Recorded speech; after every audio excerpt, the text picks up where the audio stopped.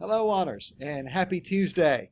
Today's video reviews one of our stories that we had in our Unit number 6 that you can use for your Unit 6 essay coming up. And this one is on shooting an elephant. Some of our virtual students or students who have been absent recently have not had an explanation video on this one. And so this would be a good review for those of you who've been in class, as well as maybe a new look for those who have not been in class with us. Our first video was entitled Modern Lit Video 1. If you have not gone back and looked at that one on Miss Levy's essay, Back to My Own Country, then make sure you do that. So this is really our second one in this series that goes back over our Unit 6 works and covers those. Also, after we get through doing that this week, I'll go back and review Anglo-Saxon Age, Middle Ages, Elizabethan Renaissance, Romantic Age, 17th, 18th century, all of the old units that we've had. We won't have a semester exam, but I do want to provide you some review videos, and I do expect you to watch those, okay, as we head toward Christmas break. So this one is a review video on Shooting an Elephant by George Orwell.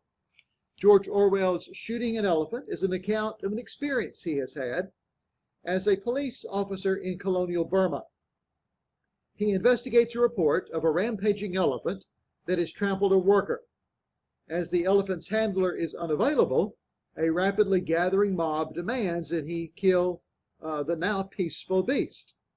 Orwell must kill the elephant or become a laughingstock.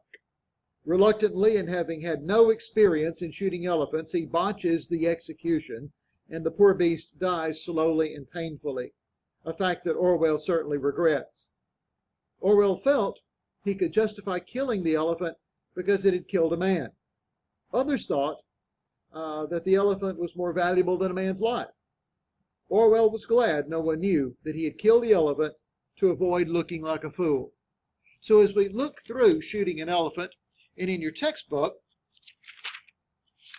Shooting an Elephant begins on page 705. There are some special lines that he wrote here. Of course, it has a lot more to do with George Orwell or the speaker. Of course, it is a biographical essay, so it is about him. But it tells more about him than it does about anything else.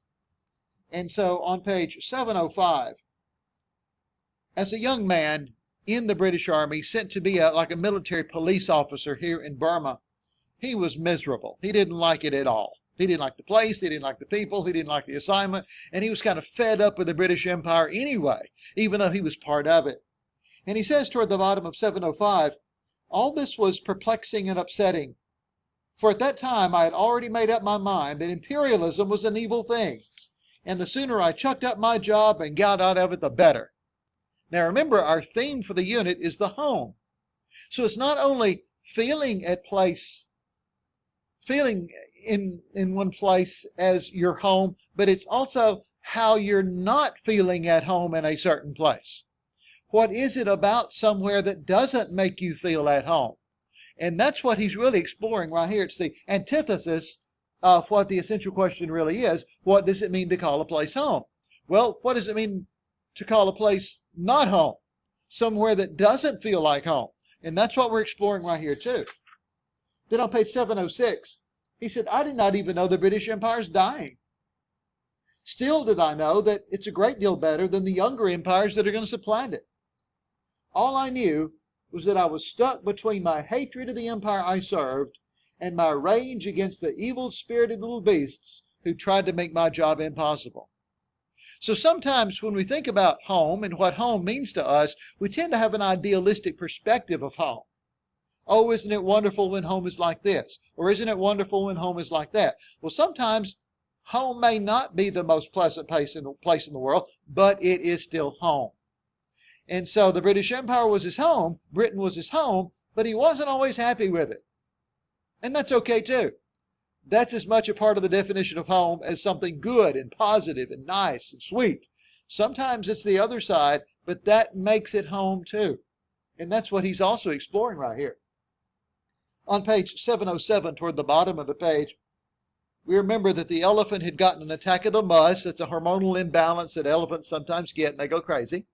But this particular elephant was already on his way back to being normal again, But the whole crowd gathered because they thought he was going to shoot the elephant. And so he felt that pressure from the crowd. Since he had to look like an important person in charge, he had to go ahead and fulfill that role.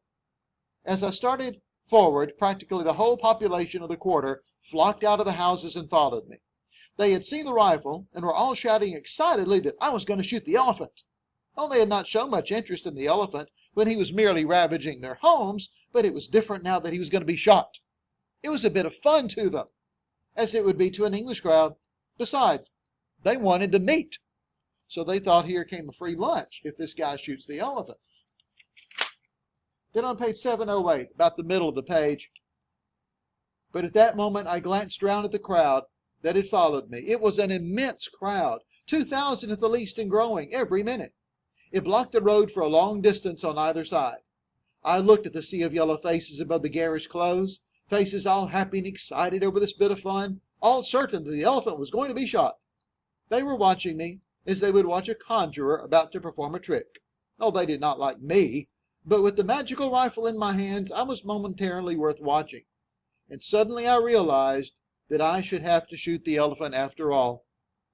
The people expected it of me, and I'd got to do it. And so that provides him an epiphany, that realization.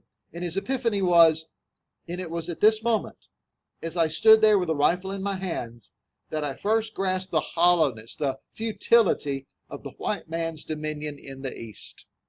And then he goes on to say, in reality, I was only an absurd puppet, pushed to and fro by the will of those yellow faces behind. I perceived in this moment that when the white man turns tyrant, it is his own freedom that he destroys. To come all that way, rifle in hand, with 2,000 people marching at my heels, and then to trail feebly away having done nothing? No, that was impossible. The crowd would laugh at me. And my whole life, every white man's life in the East, was one long struggle not to be laughed at. And so the conclusion we have in shooting an elephant is a conclusion much more about George Orwell than it is the poor elephant. He learned that home sometimes is an uncomfortable definition. Home sometimes is not the most pleasant place in the world. He was at home in the British Empire, but the British Empire had spread out so far over the planet that people were having a difficult time just controlling what was in Britain. Here he was as a young officer in Burma, doing his duty, doing what he was ordered to do as a soldier, and yet he didn't like it. He didn't want to do it. So in this case, home gave him a requirement that he was not very comfortable with. And yet he stuck with it because that's what home, in his case Britain, expected of him. So those expectations of home, you may think about too as you write your essay on the home. Maybe that could be part of your essay. And if so, this could be a really good work to bring out as you discuss the expectations that home has for you. Okay? You have a good day.